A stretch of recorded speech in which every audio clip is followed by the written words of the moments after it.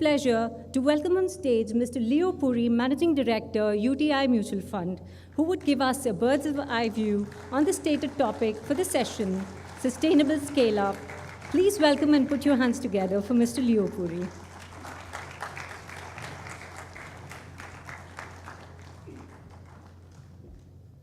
you. I think I have a... Well, good afternoon. And first of all, may I just thank MFRT for giving me the opportunity. Are you able to hear me okay? Yeah. To come and share some time with you. And I've been enjoying watching how Kanak has been energizing the room. I'm always worried about speaking at this time. The worst time by far to be trying to address a group such as yours. But I would thank him for getting a little bit of buzz going.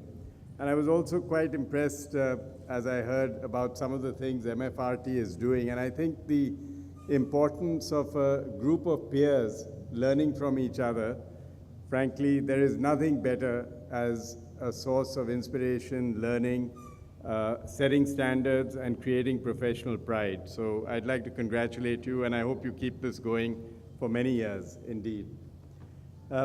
I think the broad topic seems to be, can we sustain this? And there's a little tagline there which asks questions about markets. But, to be honest, and I'll stand away from that, I don't think that we should be tying the future of this, sorry, this is not working too well. Working, yeah.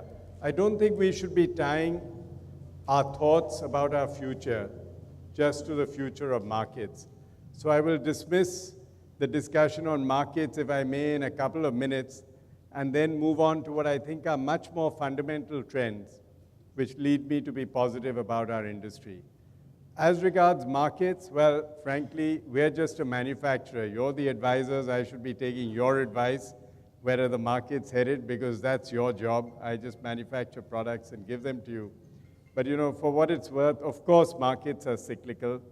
Of course, if anything, now is a time for middle-class households to be cautious and for people such as yourselves to be spending even more time with households on asset allocation. I'm speaking to you at the end of 3 very good years for the industry, very good years for the equity markets. Our economy will keep doing well. Our markets, our equity markets may do well, they may not.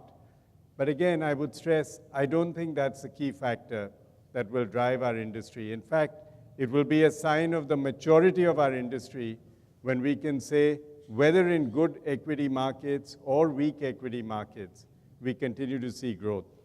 And I'll just step back and share my perspective on some core trends, both global and local, which I think we should be ready to embrace. The first issue, I think, is that right across the world right now, there is a lot of rethinking about the role of financial products in not just the economy, but in the political economy. And I think we all have to step back and understand that. What has really happened since the financial crisis globally? You had a period of supernormal growth, you had a period of supernormal productivity, and you actually had a period of supernormal returns when you look back over the history of the last 100, 150 years. Some of that, of course, was driven by debt and leverage. That was clearly unsustainable. Some of that was just financial engineering.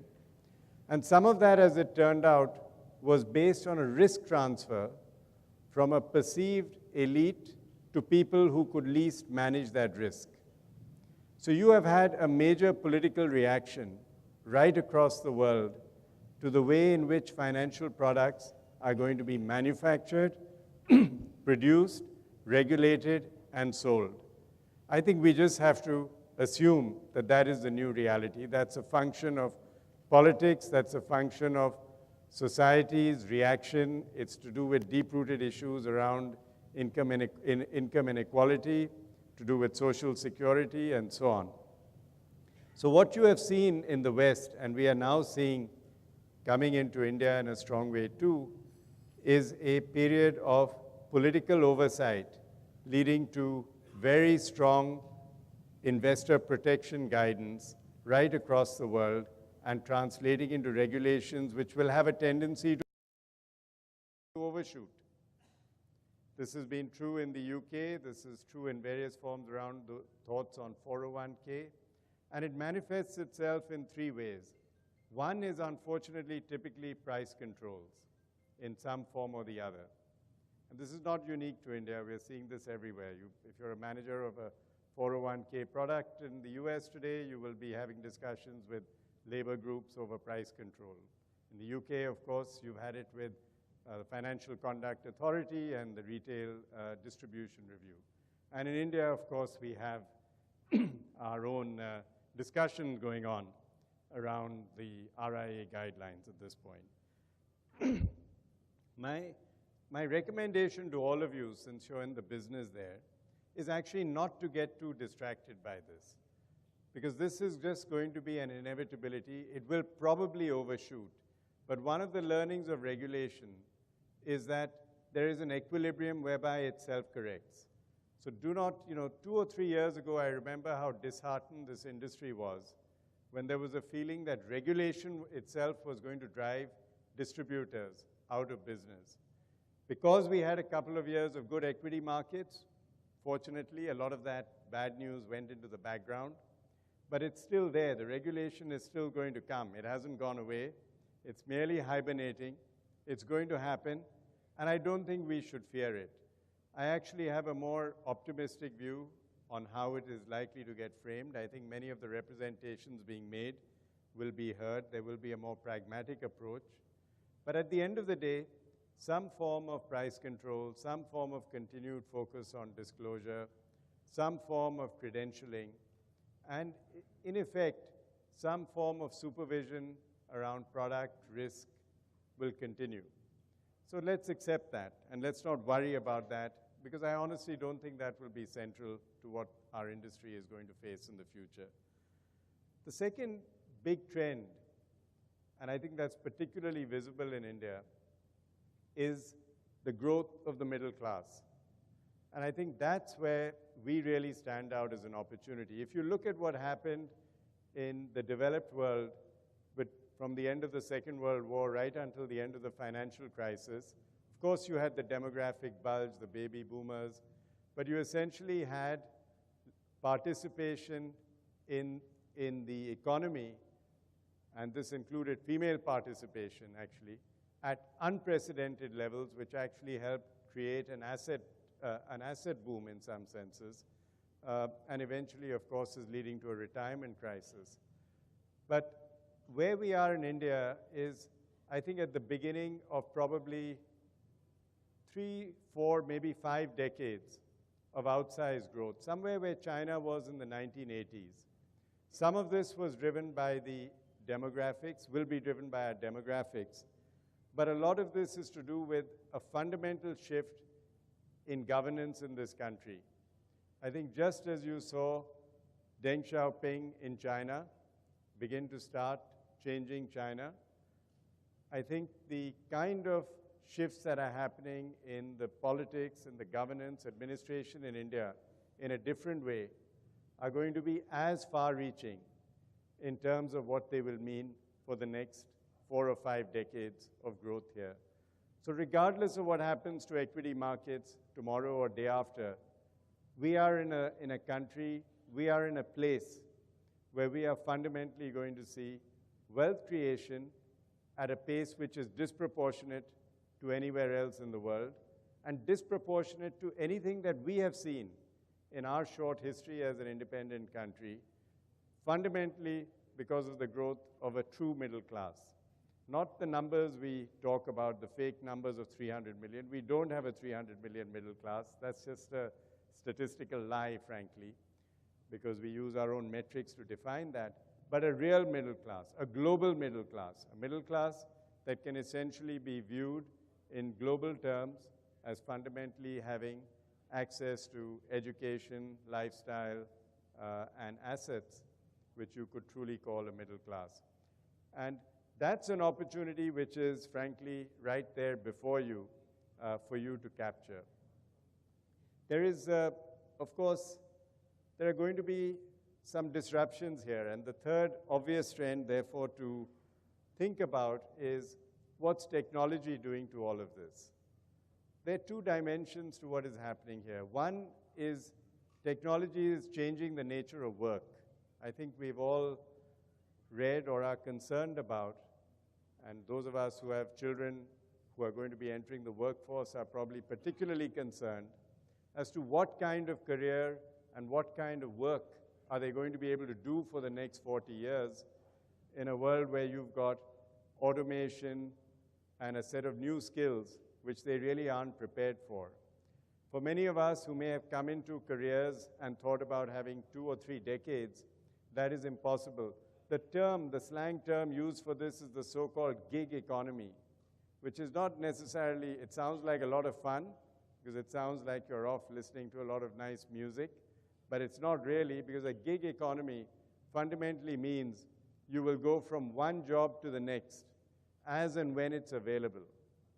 The likelihood that you will have continuous, secure employment in the form of careers as we have known it is actually already fast declining. There are more and more workers, and this includes contract, whether you're an Uber driver, just to take an example that many of us can relate to. That's fundamentally a gig worker. When time is available, when an opportunity is available, you go out and earn some money. You don't necessarily have a pension. You don't necessarily have a lot of labor rights. You're not necessarily protected in terms of some of the other corporate privileges that many of us might have grown up with or believe that we had a right to. One of the implications of this is that the importance of savings and of wealth and assets and the income generated from wealth and assets has become much, much more important. If you look, and this trend is very visible actually already in the West, I think we're going to see the same thing happening in India as you see wealth transfer from this generation to the next. And we're going to have to think about it very carefully, because if you are not going to have secure employment in the sense of a steady salary, a rising salary, a salary that rises 3% above inflation every year with benefits and medical treatment and all the rest of it and pensions tied up, you're going to have to think of other ways to support yourself. And already there is a whole class of people in developed markets and in some markets in Asia too now who are fundamentally already having to live off the way in which they manage their savings. That's not necessarily a bad thing, but I think it increases the responsibility and it will increase the focus on how capital gets managed to a remarkable extent. And as you see labor essentially getting displaced by capital through automation, by machines and so on, the role of actually managing capital and assets will become massively important. That is going to raise the level of reliance on investments and savings to an extent that I think we have not experienced before. It's not an optional extra. For many people, it will be the core source of livelihood. And again, I would say, when you look at the medium to long-term trend and you look at what might sustain our industry, that is again a trend which I think is going to be very powerful. The second thing which technology is doing, which is going to obviously be disruptive for all of us, is it's changing both the way financial products are manufactured and the way they're consumed. I think that's quite obvious. We are not yet in India at a point where we've seen the erosion of alpha. So we are still able to charge fees for our products as manufacturers, which in a way reward us for alpha. We are very fortunate because in most of the world, as you know, that's no longer possible. And you already have year on year an increasing percentage of total flows going into passive assets, where the fees obviously are far, far lower.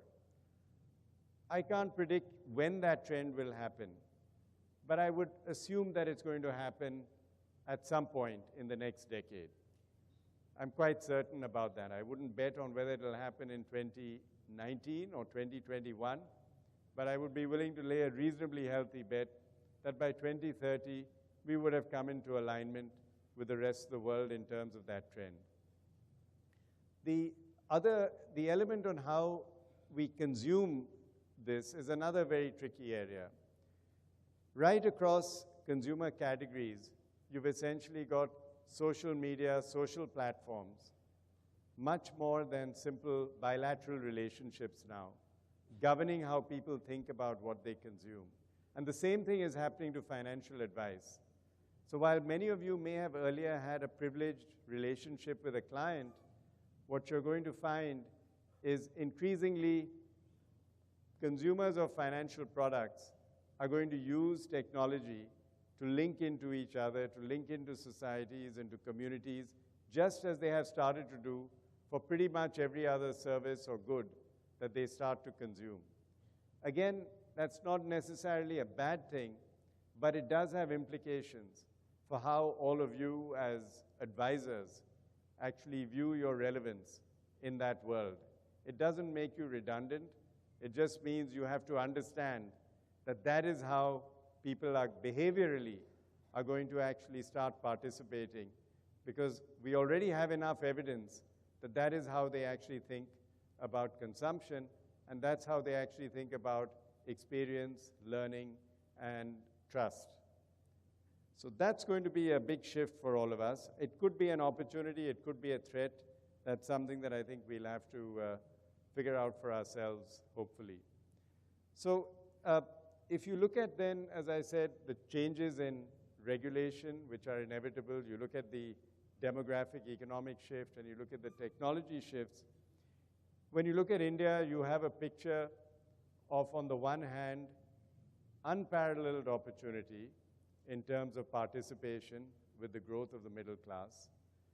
You have a picture of strong investor protection, which will essentially be, to my mind, inevitable, and ultimately good, though in the short term, possibly painful. And you will have technology that will create a new set of business models in a much larger market, and some of us will succeed in adapting to it, and some of us will not.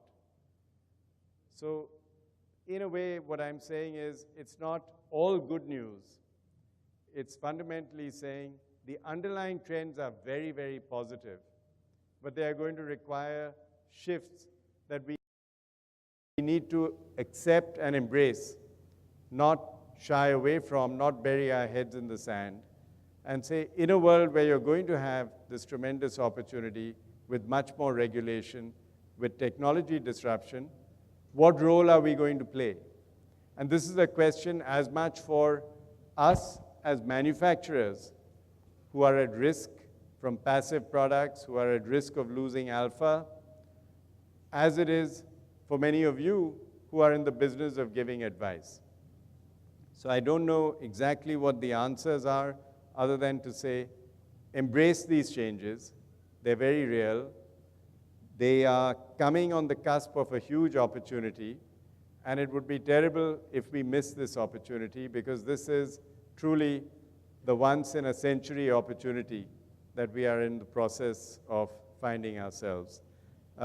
So I would hope that this is intended to be a positive message based less around where equity markets are in the short term.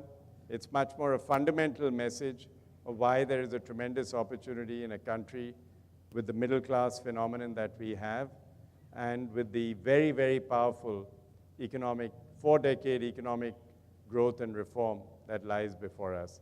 So I would wish you all the best with that, and I'm hopeful that, you know, between your efforts and ours, we'll do everything we can to capture that opportunity. Thank you very much indeed.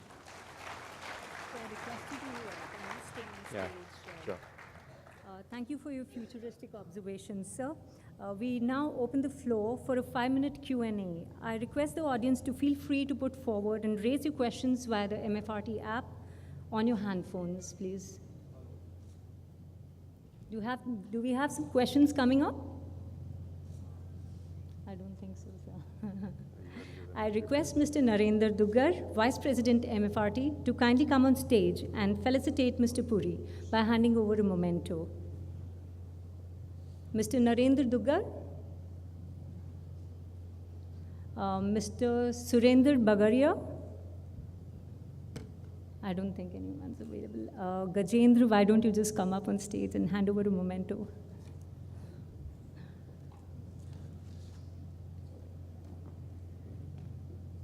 Thank you very much.